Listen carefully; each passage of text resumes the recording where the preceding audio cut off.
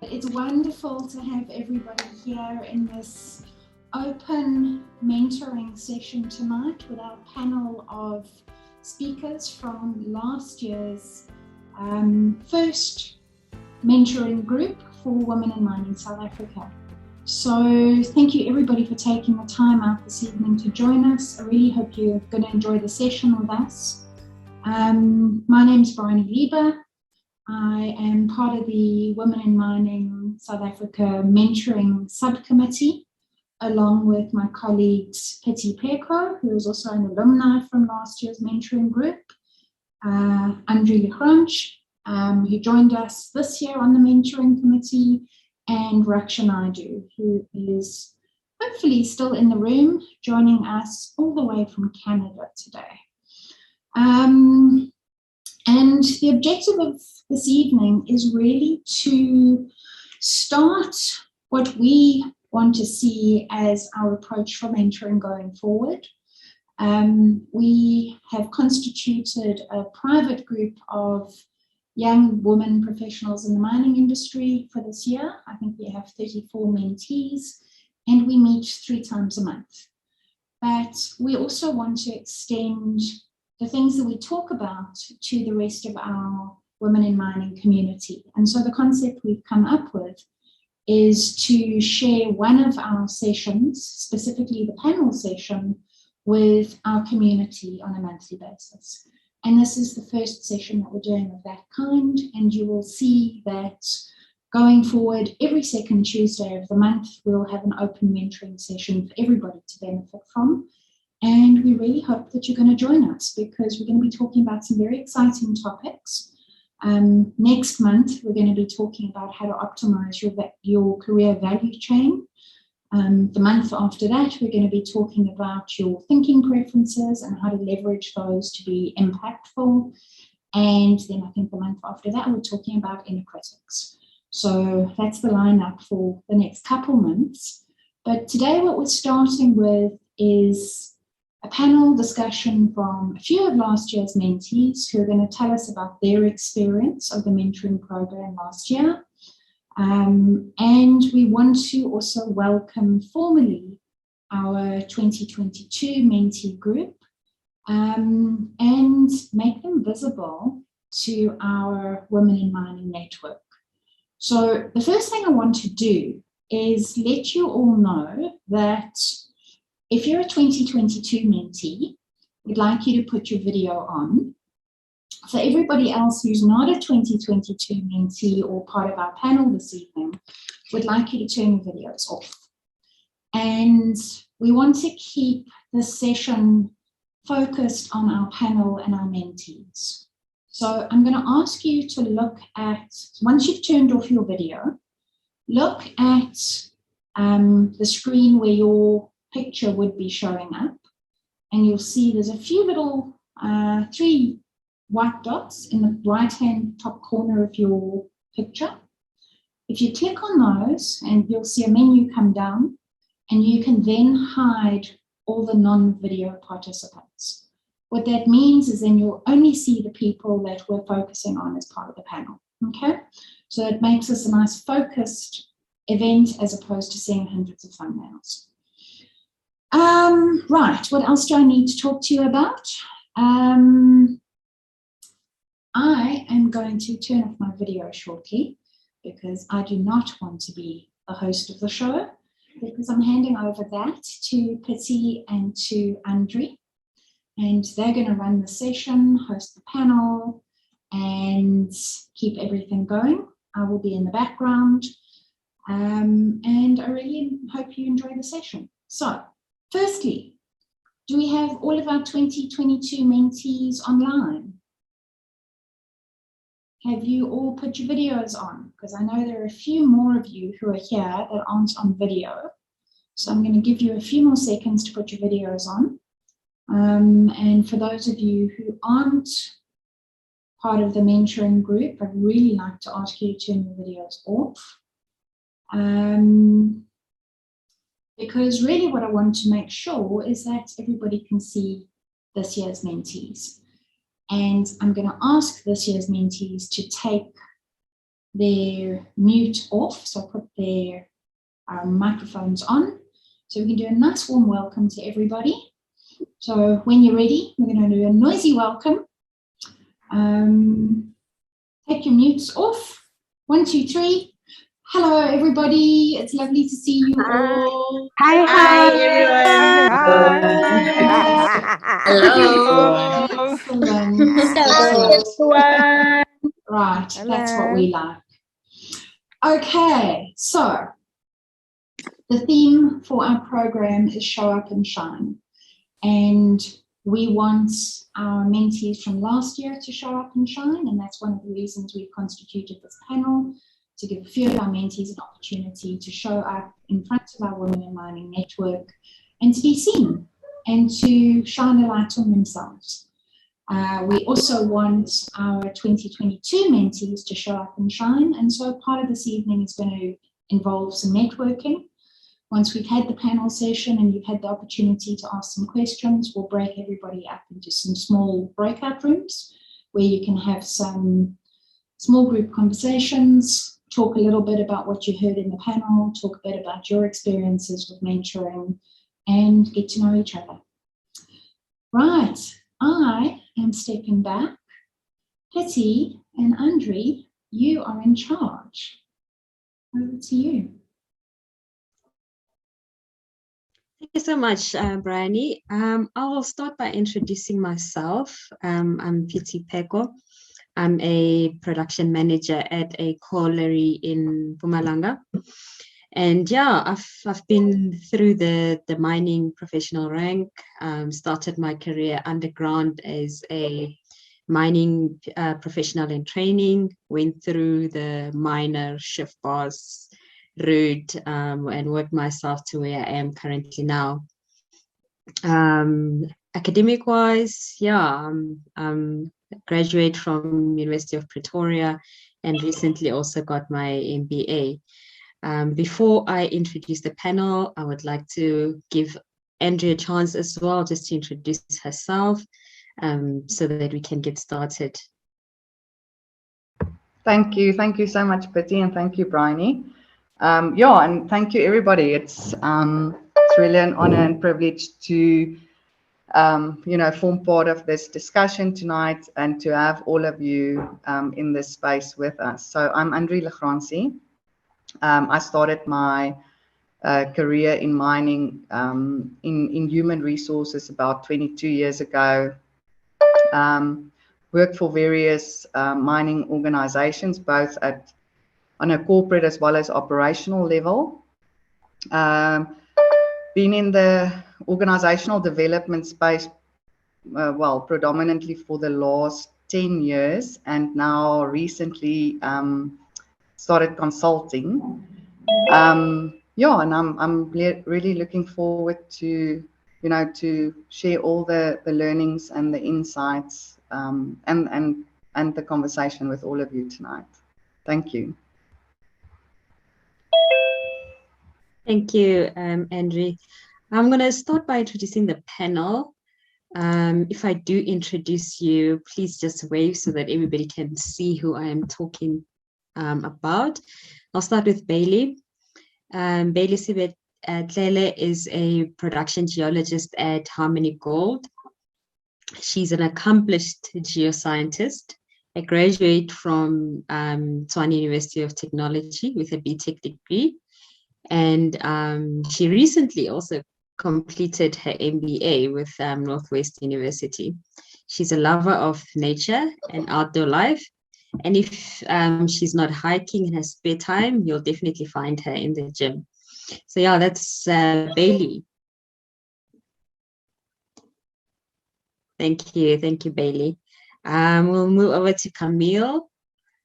Camille is currently working at Knights Pisold as a senior hydrogeologist, working primarily with mining, water, and engineering industries. His skills include geological, I must now get this right, hydrostratigraphic 3D modeling, which feeds into both hydrological and engineering stability investigations and strives to provide a link between geological and environmental aspects in the mining and construction industry. A main focus is to enhance the understanding of the relationship between groundwater, geology, geological structures, and geotechnical engineering, from construction through to underground mine water management. She's got a keen interest in nature, enjoys photography, and she's currently focusing her energy on bird photography. So yeah, that's Camille. Thank you, Camille. We'll move to Annalisa.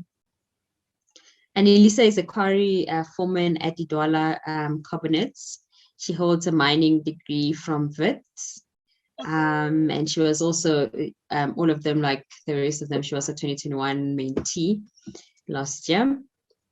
Annalisa strives for enthusiastic representation in the mining industry and community at large, and aims to start a non-profit that focuses on youth development. That's Annalisa. Thanks. Thank you, Annalisa. Chelsea, I'll move over to Chelsea. Chelsea has a background in geology and now works for Rosond, coordinating drilling projects for geotechnical investigations. She's also currently involved in digital transformation, digital transformation drives across the company's operation, and is working on assisting the transition to become paperless in exploration drilling, and incorporating a lot of their work into Power BI and visualizing their operation. So yeah, that's Chelsea. Thank you, Chelsea. And last but not least on our list tonight, we've got Rosia Mimete, 29-year-old who originates from Rustenburg.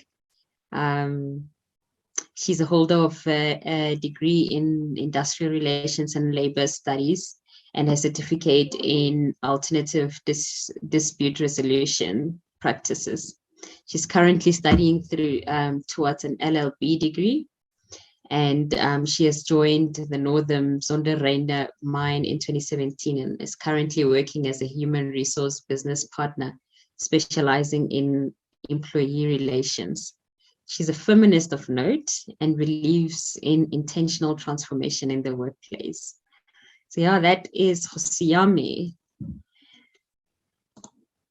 So that is our panel for tonight. Very excited and very exciting to have all the alumni, 2021 alumni online.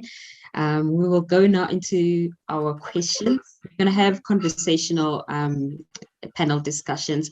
If there's any questions, please feel free to type the questions as we are discussing it in the chat. Me and Andre will keep an eye on the chat and we'll try to attend to the questions as well. So I think Andre, you can take it off. Thank you so much, Betty, and again, thank you and welcome to our panel tonight. So what we want to discuss tonight is just in terms of getting some insights and feedback and stories from our panel in terms of their mentorship journey that they embarked on last year, how they showed up, some of the myths about mentoring that they believed before the program started, and how those myths have perhaps shifted, their thinking today. So I'm going to start off with asking Josi, can I start with you? And can you share some of your learnings with us in terms of, the journey that you embarked on this platform with regards to being a mentee in 2021, and what the mentoring program meant to you in terms of your own personal shifts and insights, and what were some of the fundamental experience and learnings that you can share with all of us. Thank you, Andre, and welcome to everyone. I'm very excited about today's panel discussion. So when I applied for the mentorship program, I didn't know that it would be a group-focused mentorship program. So that took me by surprise. But as soon as we started engaging in the discussions, I found that there's so much that I've learned from all the women. I mean, the speakers that came in who shared all of their wisdom and experiences in the mining industry was great. So personally, so let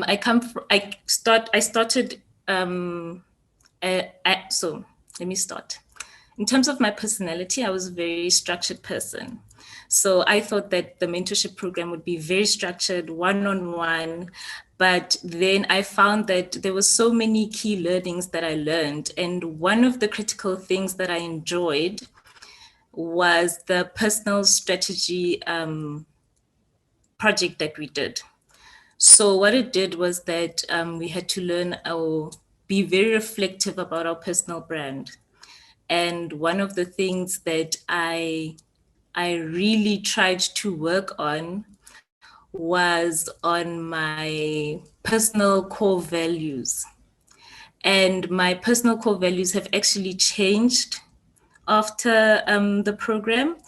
And I have a mission statement. I've got new key values right now. And my journey is to work towards ethical, intentional, and authentic leadership.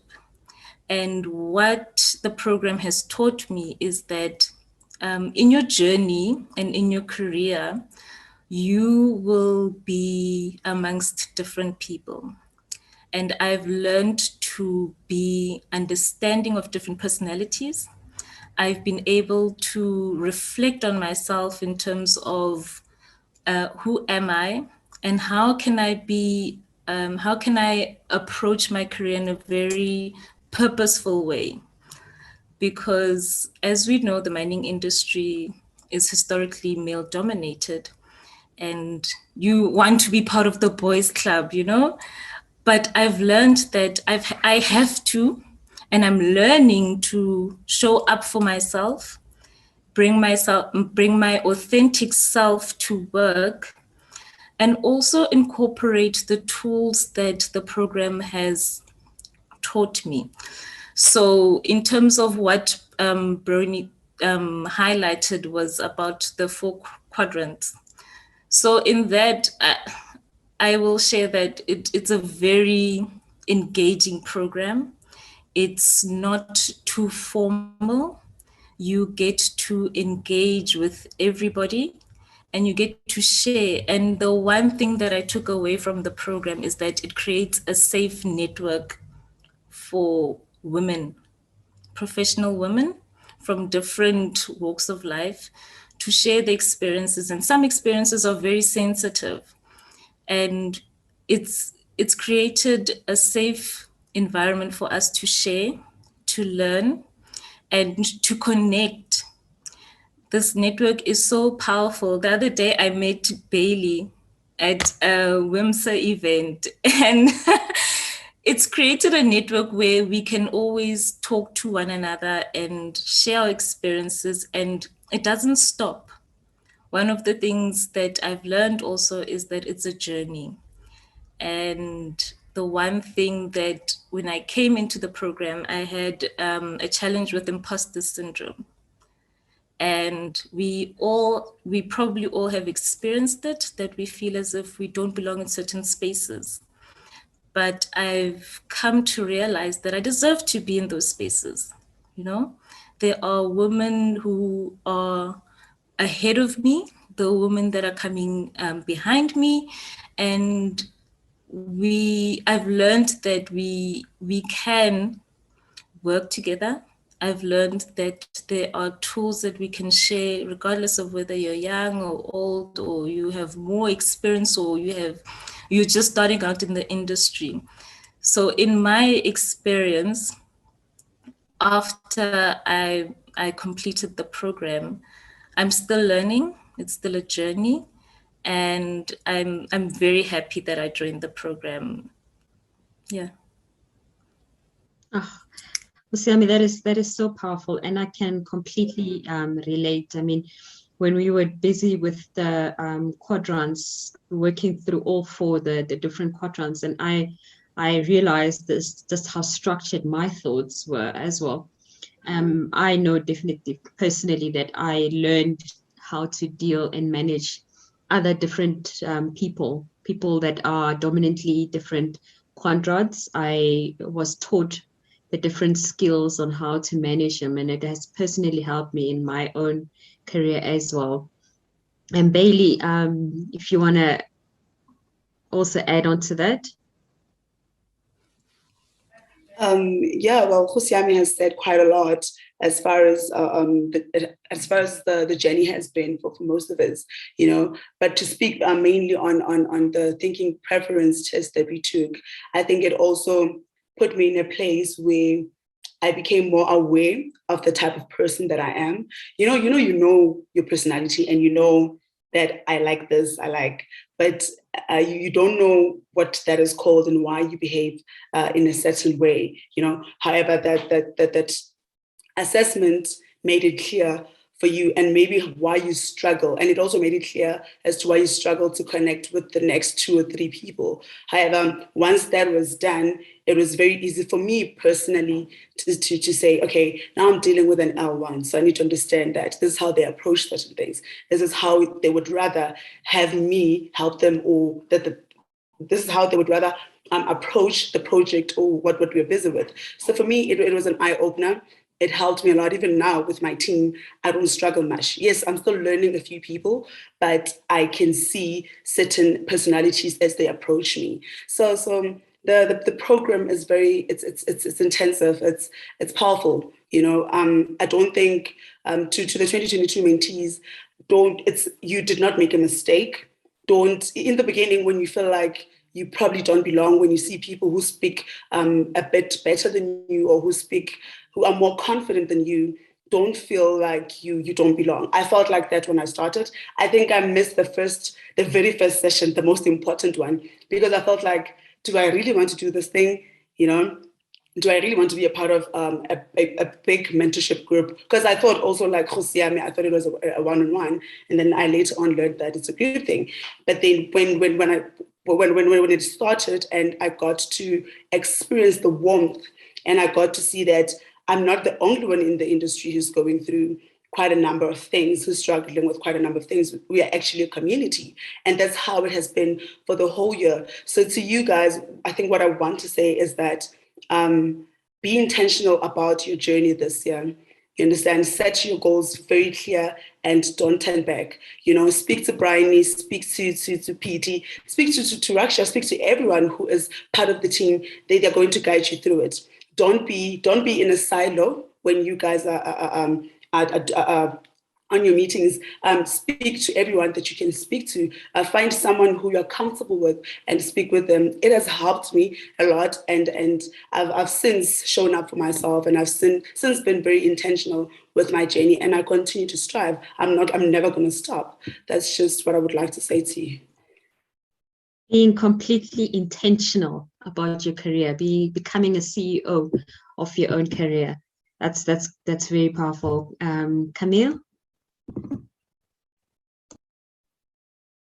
Just to add on to to what they said, that especially with Tommy, where she said that it's such a safe place to come and share everything that you're going through at that moment, and how this mentorship program is really helping you at that stage. So I sort of want to share part of my story.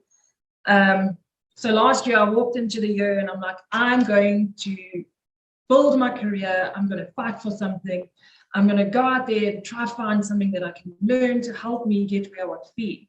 And I saw this mentorship program, and it said those with 0 to 10 years experience, and I was like, no, I've got 11 years experience, and I so badly still wanted to be part of this mentorship program. And Bryony welcomed me with open arms, and I'm just so eternally grateful for that, Bryony, so thank you. But what I didn't realize that I just started with Night Result for that year, and I didn't realize how intense and how crazy that year was going to be.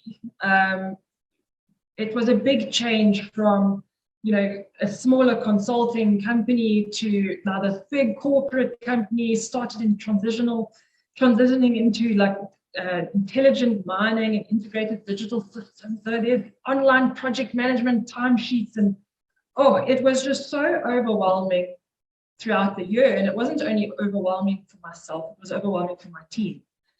And I must say that every evening we had a class, a session.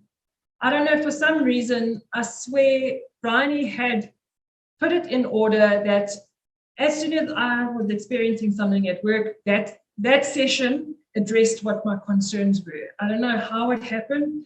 It felt like it was growing with me.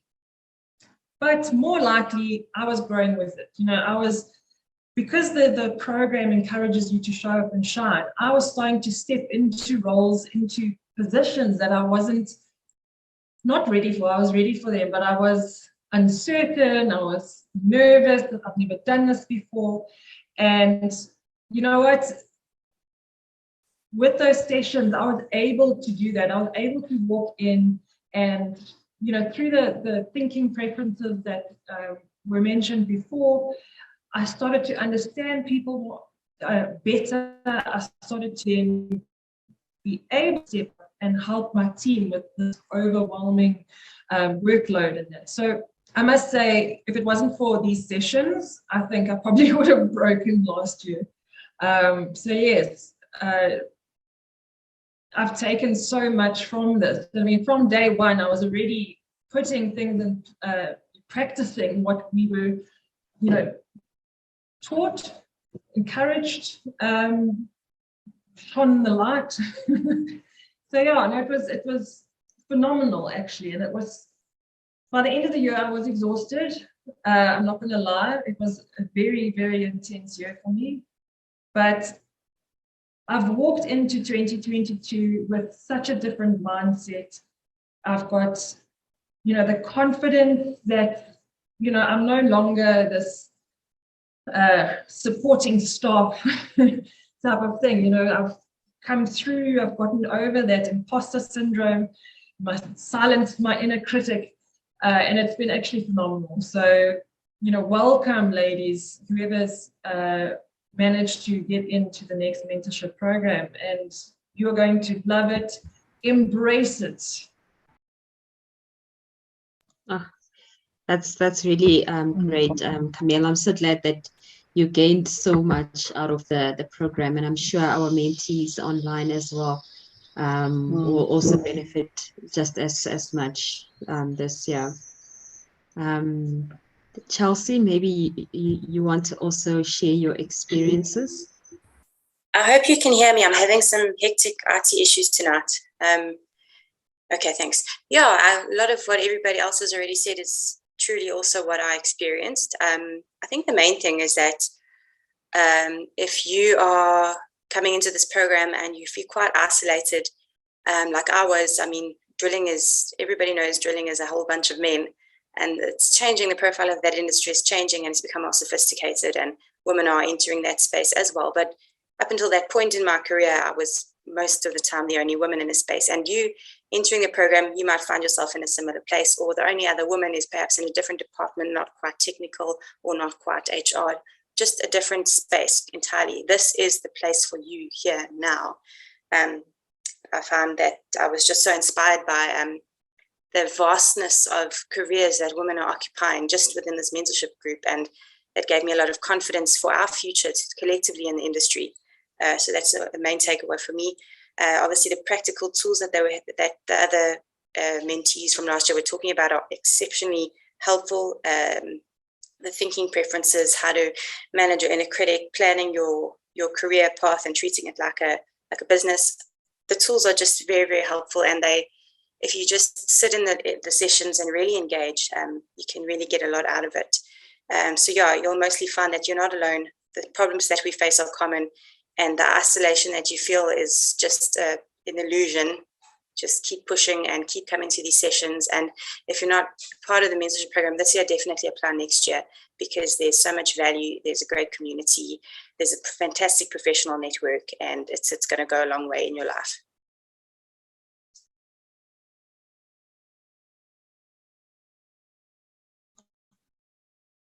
Thank you so much, Chelsea. Annelisa, is there something you also want to add? Thanks, Pity. Welcome, everyone. Definitely take notes. Every session, I think I've always had my journal with me, and I took notes. Definitely, when I joined this session, I had just over a year experience in the mining industry. So I was just coming out of varsity, and it couldn't have come at a better time. When we had the thinking preference session, I just had a performance evaluation. I was about to have a performance evaluation meeting with my line manager, and I could confidently sit down with him and say, hey, I think maybe I best operate in this structure because of 1, 2, and 3, because now I understand why I think a certain way and what environment I would strive in. And obviously, coming into the industry, I had severe imposter syndrome, and I tend to focus on when I enter the room, I'm the only woman there. This is making me different. And I found we had a guest, Mukhaliedi, in one of our sessions, and she actually said, I wrote it down. She said, you need to understand what you bring and what your strengths are, and not what makes you different. So when you are working in the team, look at what am I bringing to the team, and then you will know what value you can add. And by that has really, it changed my whole outlook on last year in terms of how I operated at work. Every space that I was in, my main focus was, okay, what are my strengths coming in? How can I add value? The program really has also resonated in terms of showing up and shine. I like to put my hand up for everything. Anything. Pity was like, who wants to become part of the panel? I'll put my hand up. And I got a great opportunity to be part of a mining engineering podcast as well with exceptional ladies. One of the takeaways, again, from the program was networking. You are exposed to just a caliber of women that are just beyond. So every session you're learning, not just from the mentors, but your mentees as well. And reach out. I've reached out on LinkedIn. I still have a long list, Pity Camille, of people that I'm still going to reach out to and just discuss, be like, hey, you shared your story. I can relate. This is what I'm going through. If you don't get the opportunity to share it in the panel, in the sessions, because it is quite a safe space, you can actually reach out. And the ladies have been very welcoming and, hi, let's schedule a Zoom session, let's talk. So I think improving networking skills for me has definitely been a big one, understanding myself and what I want to achieve in my career. And yes, the personal branding Josiami mentioned was very helpful in terms of knowing what are your core values, why. I submitted my core values and Nikki responded and said, why, please expand. And I was like, wow, hey, now I need to actually sit down and reflect on why I say this is, and it helped me a lot. And I really hope each and every one of the new mentees can just go in with an open head and bring your diaries, write everything down and reflect on what is being discussed and said in the sessions. These are such wonderful comments. I'm just sitting here in the background smiling from ear to ear. Ladies, we have a question in the chat from Melody, so maybe we can take a break from the panel and get Melody to ask her question. Melody, I'm going to read it out, but if you want to put your video on and elaborate on your question, you're more than welcome to. So Melody's asked, imposter syndrome is what I battle with every day in class at UCT. Despite my supervisor telling me he selected me solely on academic merits, I feel like it was just the universe having pity on me. I definitely need help here. Anybody on the panel want to respond to that and maybe give some thoughts on how you're coping and overcoming imposter syndrome? I would like to, if I may, because I don't know if it's a UCT thing, but I had the same as a student at UCT, and I think a lot of it has to do with the environment that you're in. It's a very colonial space. A lot of the academic people and the academic staff are very mature, very well accomplished, and it creates this massive divide into, you know, what you need to step in, and it seems quite scary. And I can't say exactly that I solved it throughout my time as a student there, but I did start seeing someone professionally for it, and it helped immensely. So I know that's not really within everybody's means, but the first step to getting over it is actually realizing that you have it. And once you realize that you have imposter syndrome, you just must go all out, like YouTube talks, TED Talks, any kind of resources that you can get to validate your experience and to try and help you overcome it, even if it's just, I don't know, like internal affirmations, whatever you can get your hands on for as cheap as possible. Just do that as a start, but it's forever a work in progress. So it's very scary in the beginning, but yeah, the fact that you think and you know that you have it, it means that you've taken the right step to getting the help that you need for it. It's something that you have to put a lot of time and effort into because you're worth it. You deserve to be there. Nobody feels sorry for you. So stop feeling sorry for yourself. You earned it. You deserve to be there. You are competent. You're capable. And being a student at a very highly regarded institute is quite an intimidating thing. So just remember to congratulate yourself for that every day. And it's supposed to feel difficult. If it was easy, everybody would be doing it. And that's all I have to say. Thank you, Chelsea, and thank you for sharing that. I think it is very relevant, and I think a lot of us, I think even with experience that we have built over the years, and whether it's with an academic institution, I'm also doing my postgrad now, but even in the workplace, I think sometimes it does get daunting sitting in a boardroom, especially in a male-dominant environment, you know, with a whole lot of execs around you and much older than you. That you tend to lose sight of your own skills and ability and experience and the value add that you can share, and then having a voice in that conversation. But I see that we've got Camille's hand up. So Camille. I just want to add to that. I've had classic imposter syndrome majority of my life. And I think many women do, because we're not supposed to be in the mining industry. Complete lie. Okay, of course we're supposed to be. What I also want everyone, I mean, there's several people who have put up their hands saying that they've experienced this imposter syndrome.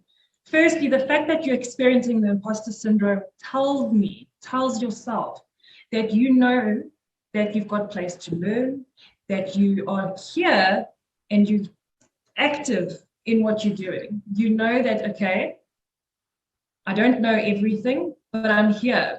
So keep that in mind, that you, although you think that you don't know as much as you do know more.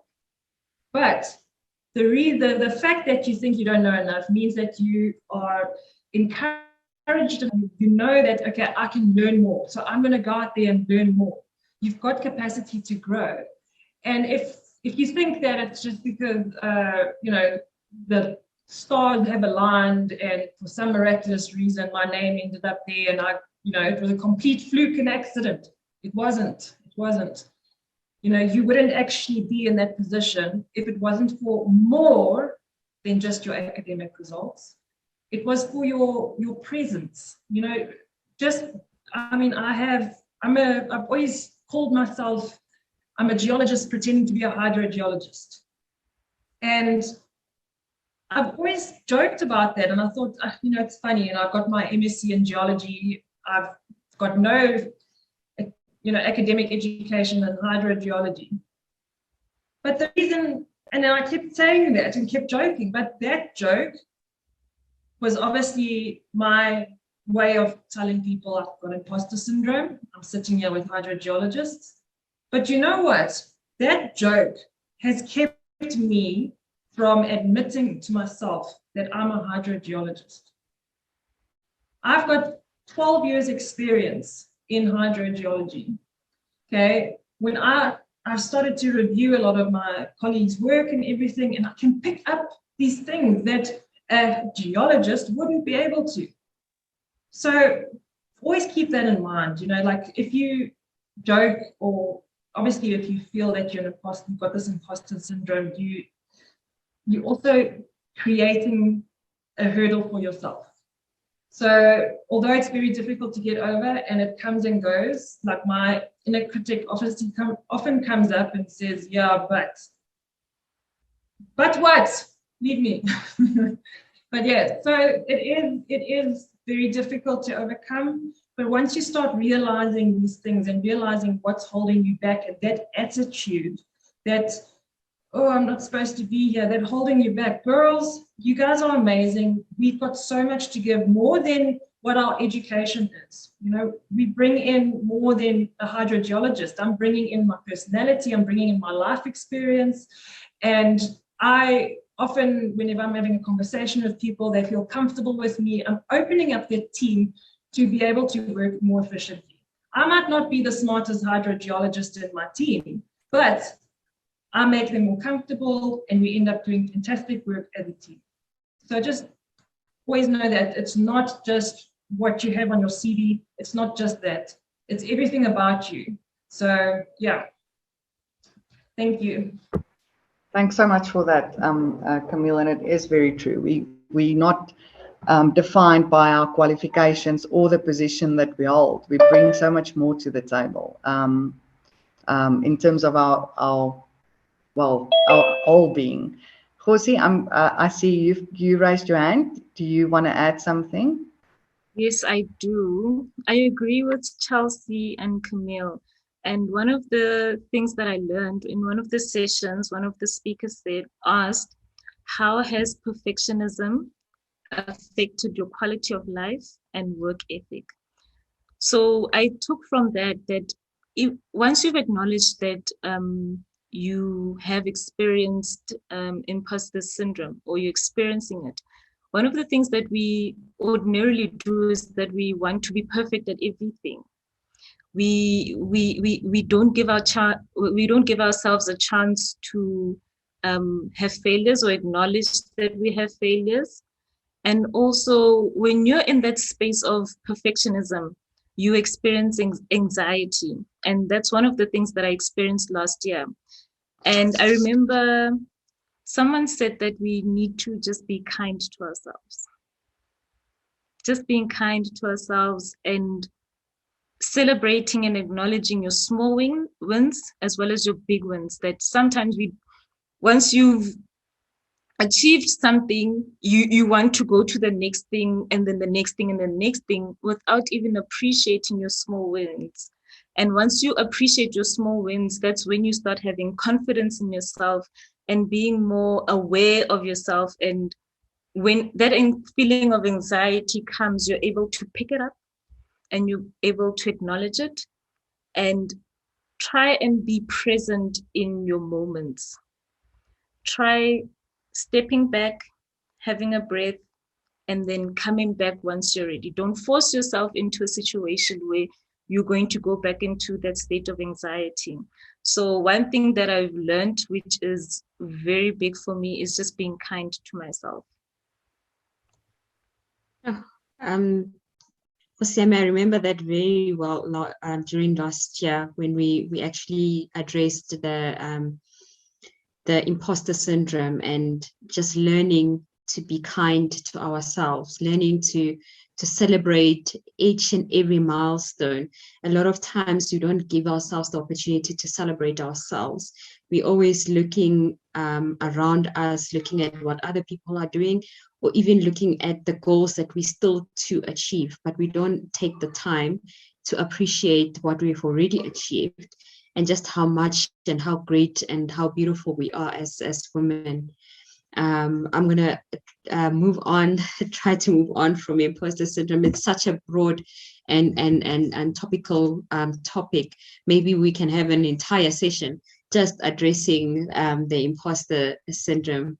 But for now, I know our theme on the mentorship program is specifically show up and shine and to pay it forward. And I want to ask our panelists from last year how you guys are paying it forward. How did you show up and shine in your own personal lives and as well as your careers? And maybe I'll start with Annalisa. Thanks, Piti. So how I'm paying it forward, during our sessions, I reached out to Mokhaliedi.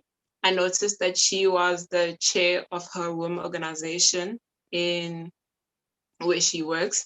And I obviously wanted to reestablish our WIM structure where I currently work. And I started reaching out to her and networking how we can go about doing this. And she gave me so much advice on what you guys can do, how do you approach the ladies, how do you guys come together.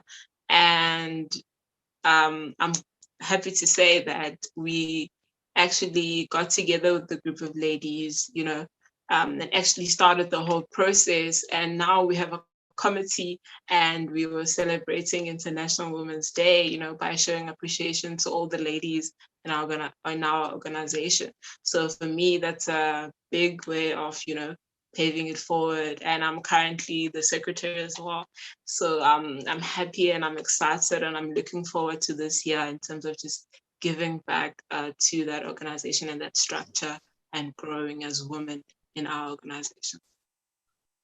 Can we please just give you a round of applause? That is amazing.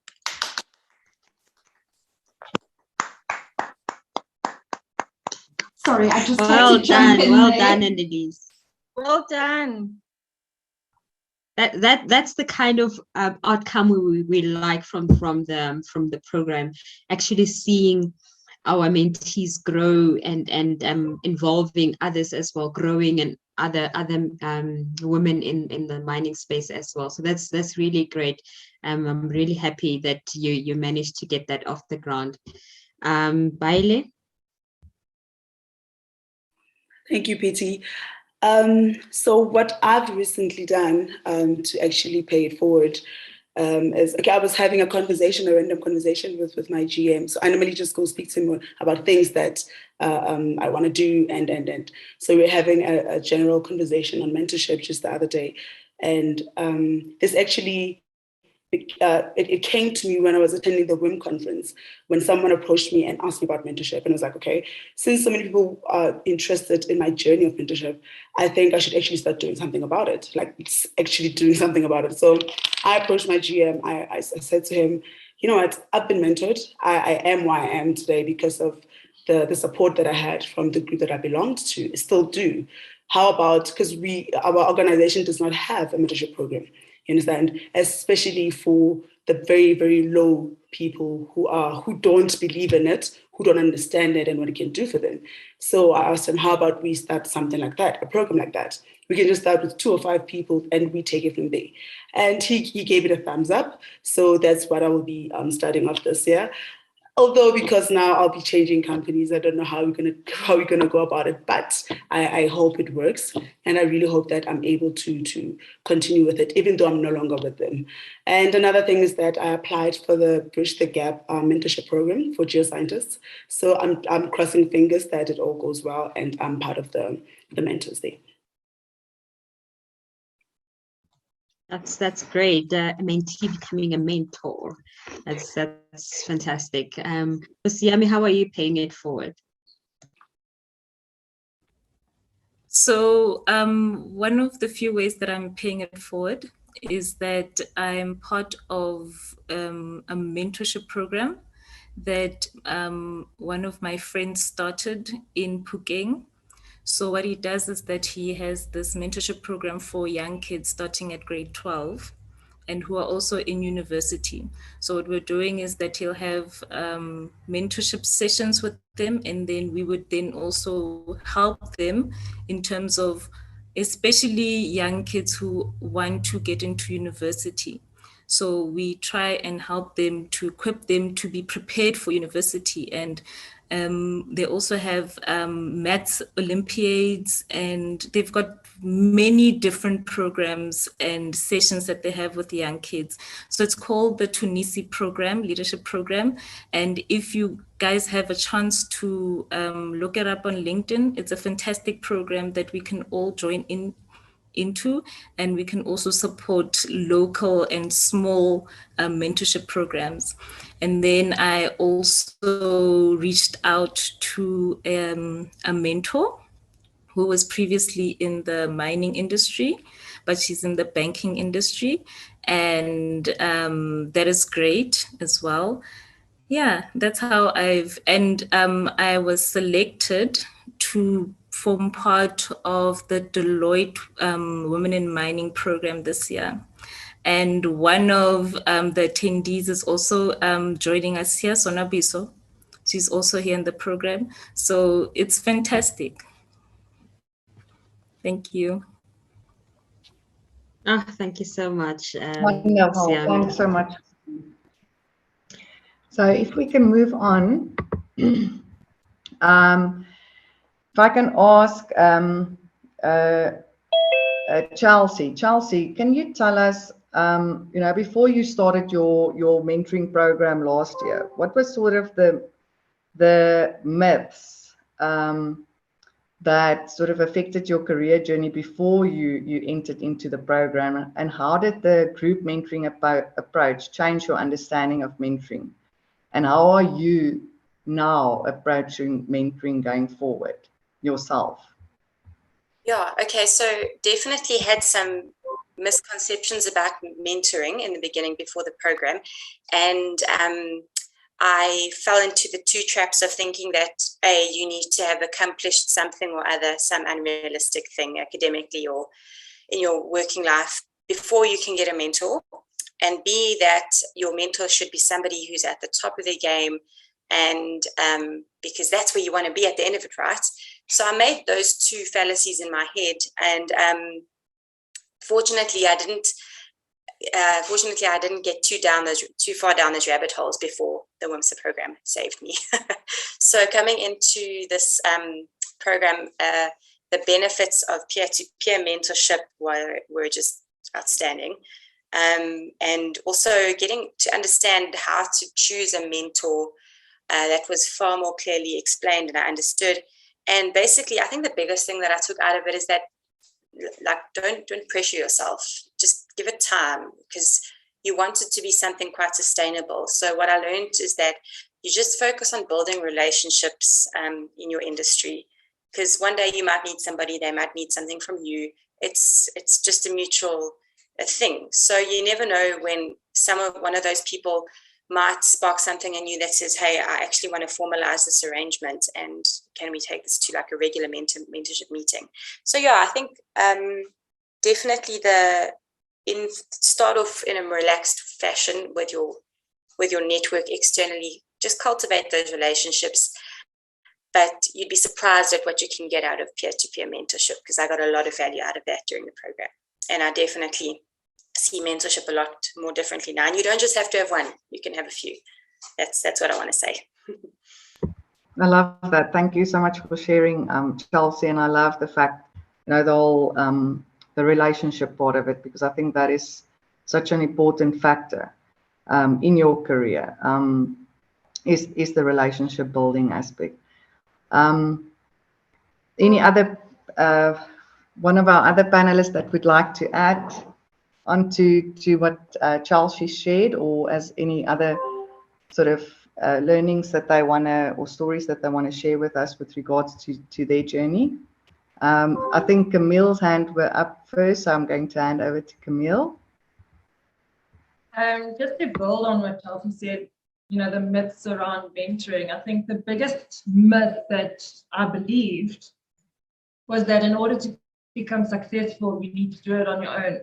That, you shouldn't be asking for help. If you were successful and good at what you do, you don't need help.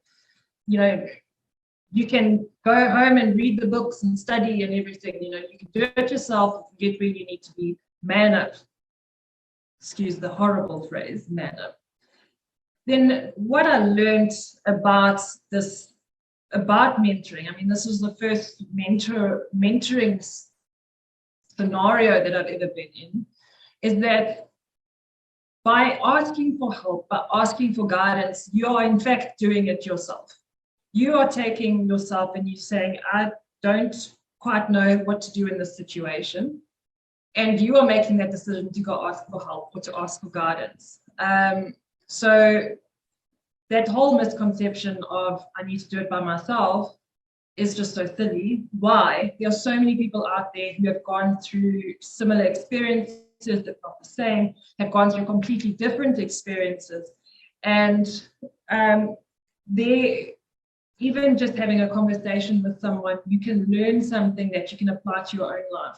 So mentorship isn't only, okay, I'm going to go to someone and ask them to be my mentor. It's always great to be able to formalize it like that, but you can look at someone, have a conversation with someone, and if they say something that impacts you in a positive way, makes you rethink something, boom, guess what? They just mentored you.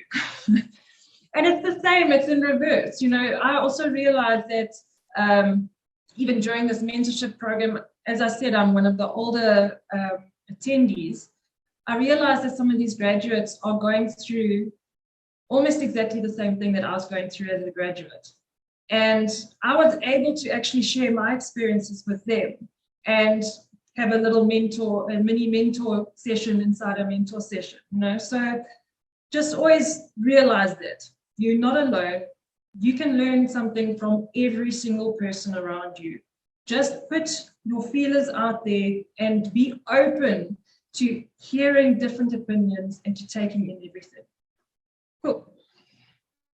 Thank you so much, Camille. I love that. And I see Bryony's also added to the chat. She loves your energy. I love it as well, because you can see you get so excited about mentoring and sharing sort of your journey and your learnings. And I love the fact that you spoke about, we can all learn from one another. That is so true in terms of the diversity aspect as well.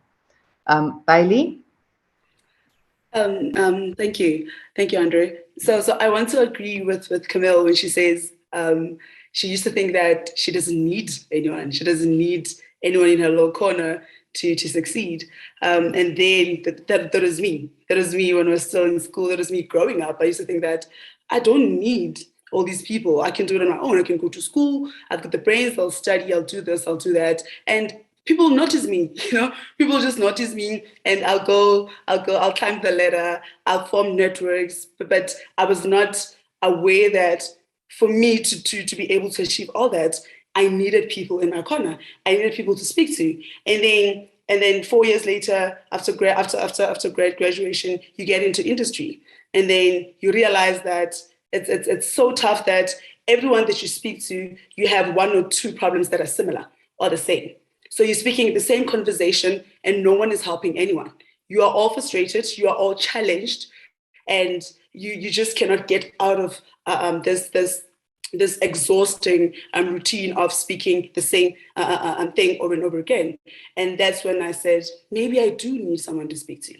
Maybe I do need someone that can actually help me navigate through industry. You understand? It's someone who can help me navigate through life, because it's a journey. You understand? So we don't only need mentors that can help us in a career. We also need peers as our mentors, because we need to be having conversations every now and again. So I learned through this platform that you don't only need a mentor, you need a sponsor, you need a mentor, you need a coach. That's what I learned through this thing. And ever since I learned that, I've invested so much in that. I've invested so much in finding myself a coach, which I have, finding myself sponsors, which I have. And now I have more than one mentors, and it's going very well. It's going incredibly well. That when I think about it, I don't know. It's just been amazing. Yeah, I can definitely relate, Bailey. And one thing that I've also learned through the program is that just how one can leverage your network. You really get to know a lot of people, and the program gives you that confidence to reach out to people and make a lot of different people your mentors. It doesn't have to be one person. It doesn't have to be one person in your organization, but it can be someone in a completely different environment, completely different organization that can add so much value to your life. I saw Annelisa's hand was up. Annelisa, was your hand up? Yes, Pity. I just wanted to add, like, I completely agree with Bailey that you can't just have maybe one mentor. I like to look at it as a board of advisors. You have people sitting around the table, and your personal life. You have a technical mentor in terms of your career aspiration, your peer mentoring. Look at it as people sitting and advising you all around the table in all aspects of your life. I think with me, how mentoring started out, you told you need a mentor, you must get a mentor. I'm like, okay, I'm going to get a mentor. Let me approach this person. Hi, can you please be my mentor? I'm so and so. This is what I like. This is what I'm thinking of going. This is what I see in you. And I think I had the misconception or myth that my mentor is then supposed to tell me everything. Give me the step-by-step guideline on how I need to be where you are, and that's not how it is. Mentorships are also driven by mentees. You need to actually reach out to your mentor. You need to actually schedule a session. You need to discuss your expectations in terms of what are you expecting from this mentorship relationship or program, and are your expectations realistic, and what can be achievable in this time? Can the mentor assist you? And yeah, I think if you're taking that formal route of approaching someone, those are the things that you also need to discuss. Yeah, and I think a lot of people are always so scared of approaching people in high positions to become their mentors. We sometimes have this perception that the answer will be no. What if the answer is yes? So take the leap of faith. If you feel that you want that person to become your mentor, take the leap of faith and ask the question. The answer might just be yes and not no. Andre, you also had your hand up. No, I was just clapping because I completely agree with Annelisa, and I see, if you don't mind, Betty, I see that Nonseba has posted a question. Maybe one of our panelists can answer. She says, how do you identify someone as a potential mentor?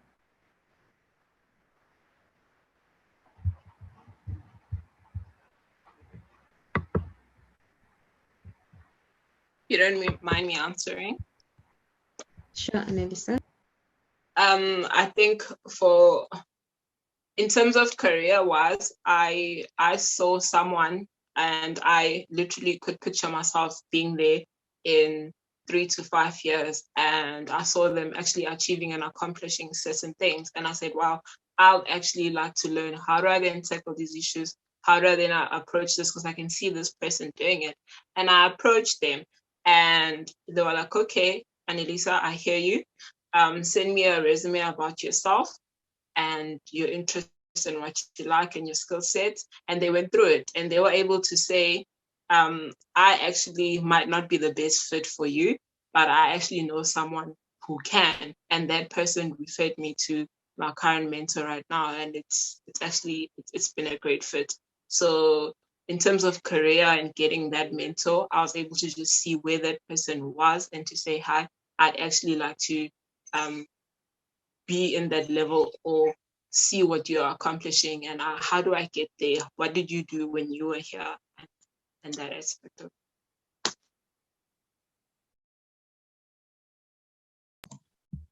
Camille? So, just to add to that and 2 points really is to firstly identify what you feel you would want mentorship in. Also bearing in mind that you don't know everything that you need to know, what mentorship that you need, because a lot of the time during mentorship something comes up and you realize actually that's what I'm looking for. So always being open-minded about mentorship and being mentored, that is not only, you can learn so much more from someone than their specific skill or what you've specifically asked them to mentor you on. During the course last year, we learned about the different types of mentors, different types of people in your board of directors.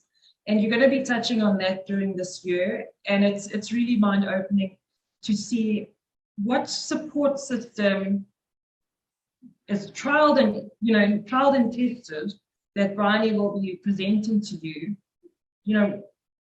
Those are the type of people that you need in your board of directors. And then you go look for them, keeping your eyes open. It might not be your boss, it might not be, your colleague or whatever. When you're walking and you're meeting someone and you connect with them, you can ask them or touch that and see, okay, sorry, can't finish that sentence. So just keep open-minded and keep your eyes open. There might be someone out there that you haven't worked directly with, but you, as Elisa said, they're inspiring you, then follow through with it. Thank you. Sorry.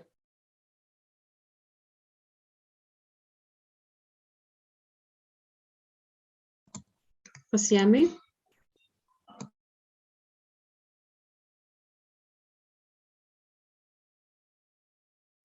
You're on mute. Sorry. Yay. Yes, I was saying that one of the greatest platforms that we really use to our benefit is LinkedIn. So LinkedIn, you can put in a search word in there in terms of the career that you aspire to be in. Put it in there, look at the profiles, connect with them, send them a message, and most of the time you'll get a great response from those people. And once you have created that engagement with them, it becomes so easy to connect with people just on LinkedIn. And another thing is that sometimes that mentor may be busy, and you may feel a bit rejected, but start the conversation again, start looking for other mentors. Like Camille was saying, is that you can have a conversation with anybody and they might give you the information that you need. And it might not be as formal as we'd want it to be, but what you're trying to get out of that relationship is to have that person understand where you are and try to be intentional about it, and also show up. You cannot ask for assistance from a mentor and not show up. So we need to meet each other where we need to be, and being consistent and being intentional about creating that authentic relationship with someone. Thank you so much, Horsey. Wow, what wonderful and powerful conversations we've had tonight, Betty. I think you totally agree with me. I think we can go on and on and on, and we want the conversation to go on, but I think it's now that time of the evening that we want to part ways into smaller groups to continue these discussions. And I'm going to ask Bryony to assist us with regards to the breakout rooms, and maybe just to help pose the question. I'm going to read the question that we want to discuss in the breakout, but I'm going to ask if we can post it just in the chat for you as well. So with regards to International Women's Month that we celebrated last week, and the theme around break the bias. The question that, or the conversation that we want you to have in your smaller groups is biases are constructed unconsciously from partial and often inaccurate information and can be challenging to change when we look at the world from our own perspectives. So in the group coaching format, we had the opportunity to hear diverse voices and perspectives. What biases have shifted for you as a result of diversity of the group, and how can you take that into your life and work to support ongoing breaking the bias? So I will post it as well before we go into our breakout rooms, and then I'm going to ask Bryony, if you can just assist us. How long do you think we will have in the breakout rooms, Bryony, before we come back to the main room? So I think let's give everybody 30 minutes to network with each other. Does that sound like a good amount of time, everyone? Yeah, cool. So 30 minutes, so we'll come back at 7:45, and then we'll have 5 minutes to wrap up, and then everybody can go off for the evening. I'm creating breakout rooms with about between 3 and 5 people in each of them, so you can have some nice intimate conversations. And the question is in the chat. Andrew's posted it. You'll be able to see the chat from your breakout room. So use that to prompt your conversation, or just introduce yourselves to each other and have a nice networking session. Okay, I am sending you all to the breakout rooms, and we will see you back here later. Enjoy your chatting. All right, everybody's coming back.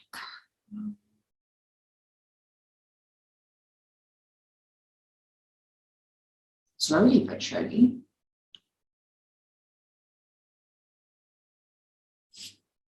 Okay, Pitty, over to you. Everybody's back. Oh, thank you so much, Bryony. I'm going to ask anyone on the platform now to just give us quick, brief feedback on their session. How did they find it? What were the discussions about? Did you guys have fun? So you can just raise your hand if you want to give us a bit of feedback. What did you discuss about biasness in the industry?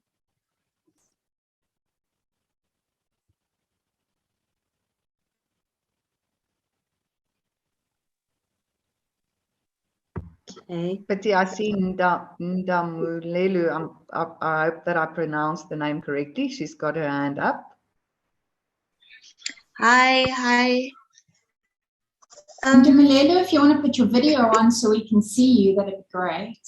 Okay. All right. Thank you. Good evening, everyone. Okay, I was in group 8, and I was with Michelle, Trish. So we discussed about the biases that we face in our working environment, and this is what we came up with, and also based on what on the discussion that we had with the panel. So we found out that we feel discriminated sometimes by the other gender, and with that we sort of think that we incapable. But then to break that, one has to really encourage themselves and to know that because you're in that role, it means you're competent enough. There were other people who could have been there, but you're chosen to be there. It was not favor. You are there for a reason, because you're competent and you're good for the job. You just have to show up and do your part. And then we looked at, we all know that in the past people used to say, no, women are made for the kitchen. So now we felt that that's also a bias that we have to break. So women we have to come out of our shells. We have to come out of our element and really put ourselves out there, not only in the supporting roles, and also apply for those lead roles in the organizations where we'll be able to mentor other people below you, or where people coming after you, we will be able to see and aspire to be someone like you. And then another point was, if the paths are not there, you have to create it. If, like what I just said previously, that people coming behind us, they can look up to this Ndamulero who was up there and try to aspire to be that lady. So if the path is not there, we actually have to go in and create those paths. So we have to be trailblazers. We have to have that mindset as women. So this forces us to get out of our comfort zones. There's no more time to sit and be settled and say, you know, this is my comfort. No, we have to get out if we want to have something done. And yeah, that's what we discussed. And yeah, thank you. Thank you so much, and Damilele, that was quite powerful, being intentional about who you are. Is there anyone else who wants to give us feedback? Camille.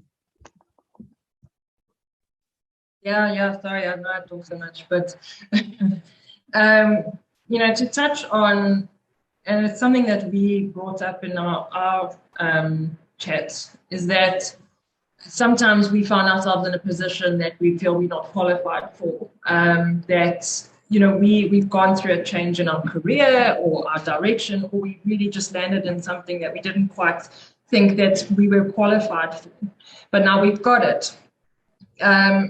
What we also need to remember is that we're bringing more to the role than just the baseline, that what needs to be brought.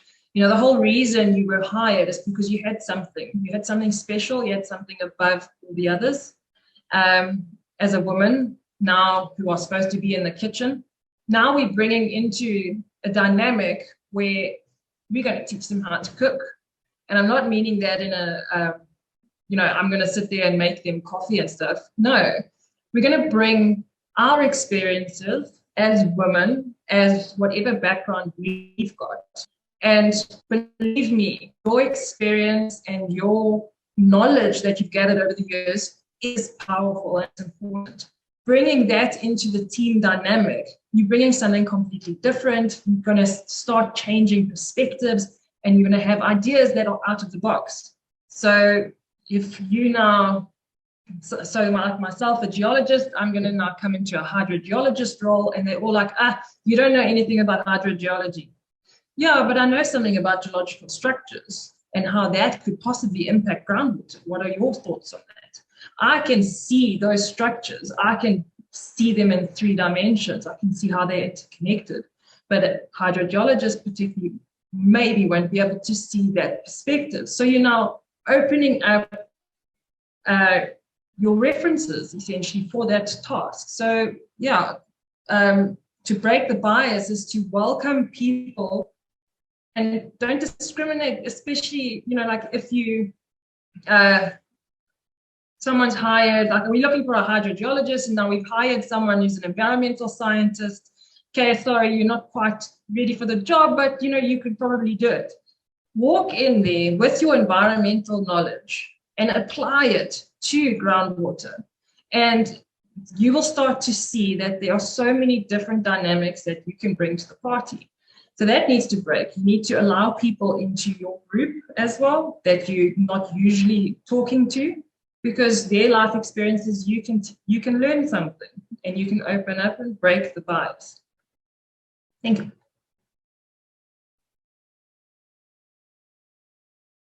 Thank you so much, Camille. We've got Amate. Yes. Good. Put my camera. Let's see. Okay. Holding my people. Forgive me if you. So and all that one of the we're struggling to hear you. Yeah, we're struggling to hear you. Can you just check that your mic and that is plugged in securely, although it might just be a bad line. If you want to switch off my with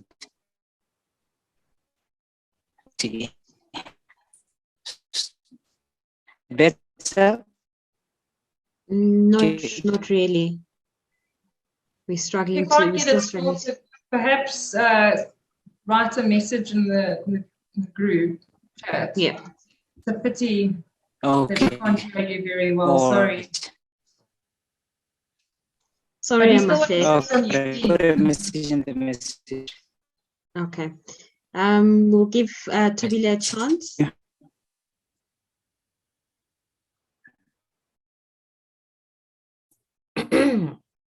Hi. Hi. Okay. I'm not sure if you can hear me. Okay, great. Okay, so I was in a group, I think room 7, with Sipogazi, Renee, Neo, as well as Batu Bileng, and we kind of like went through a couple of points, right?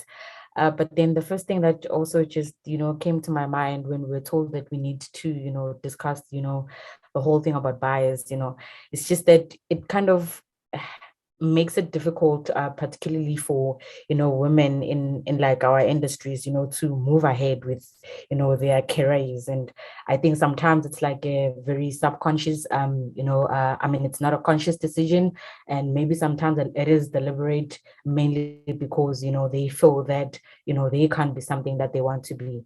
But then other than that, with the points that we really have raised, one of them had to be, being young in a company and having to, manage, old people.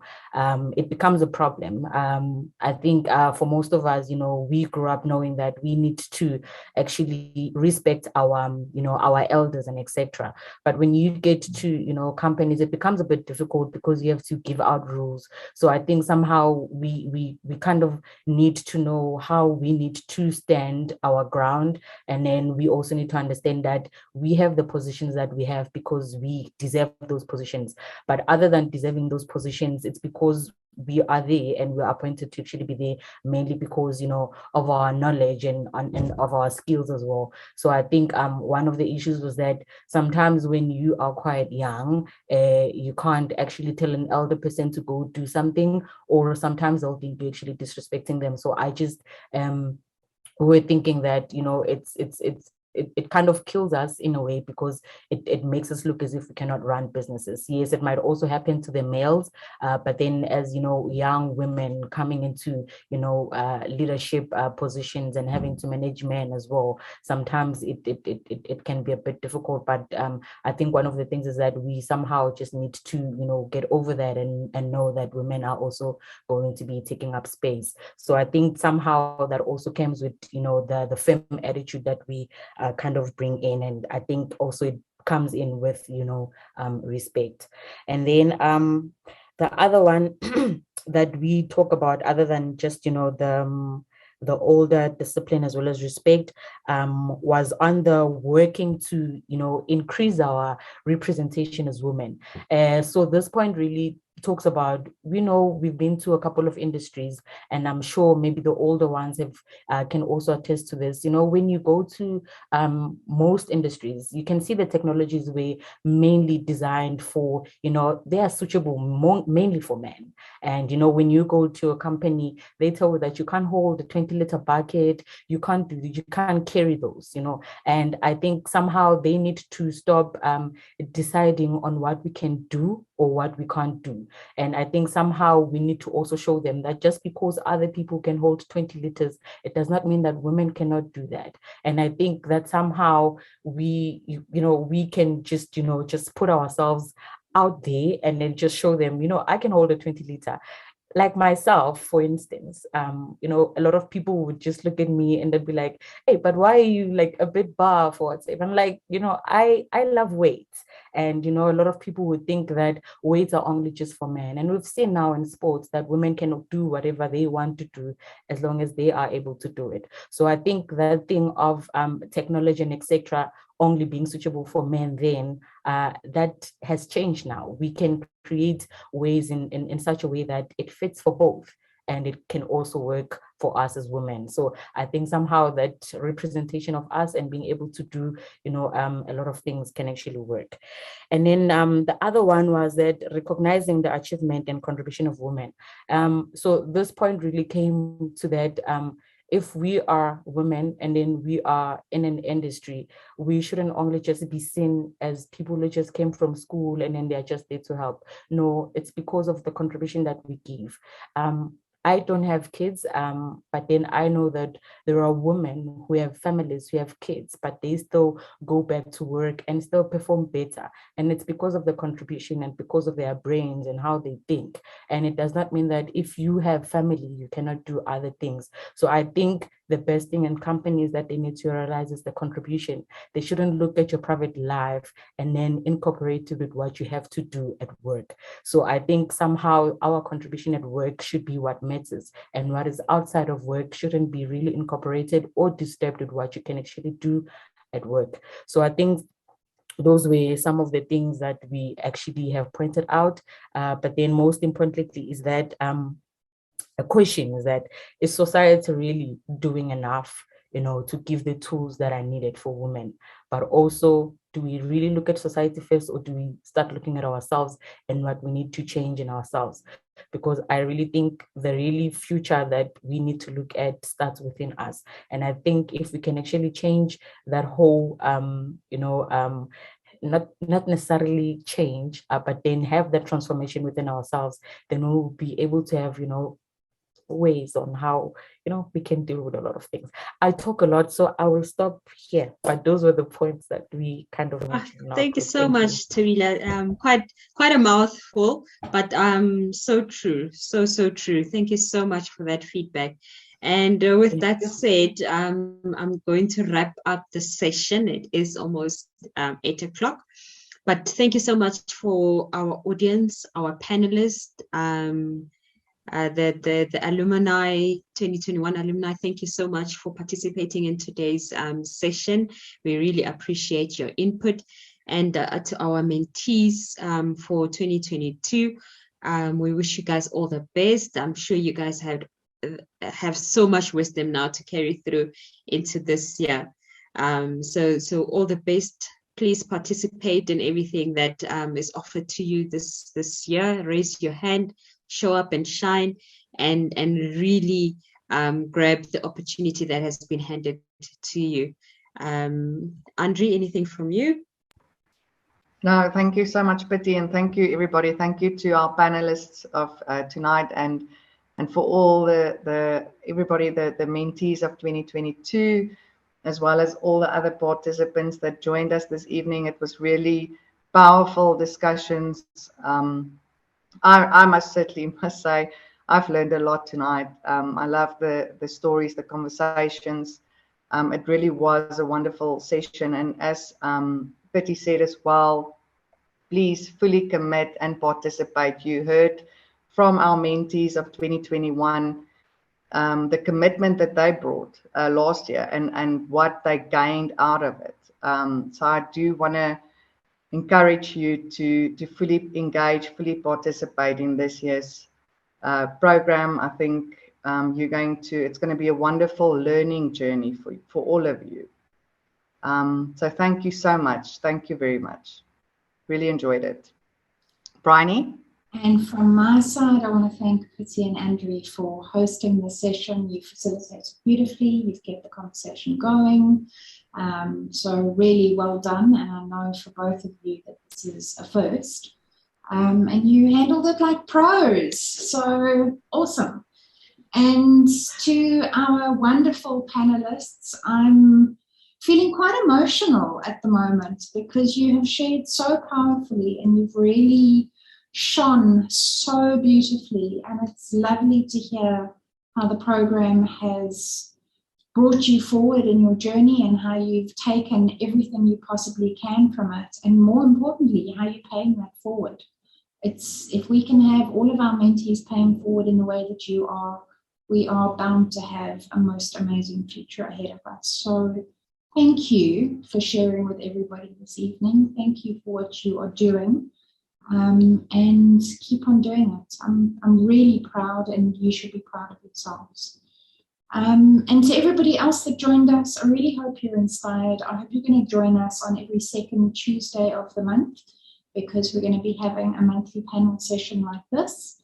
And I think there's a huge amount that we can all share with each other and learn from each other, and a community that we can grow together.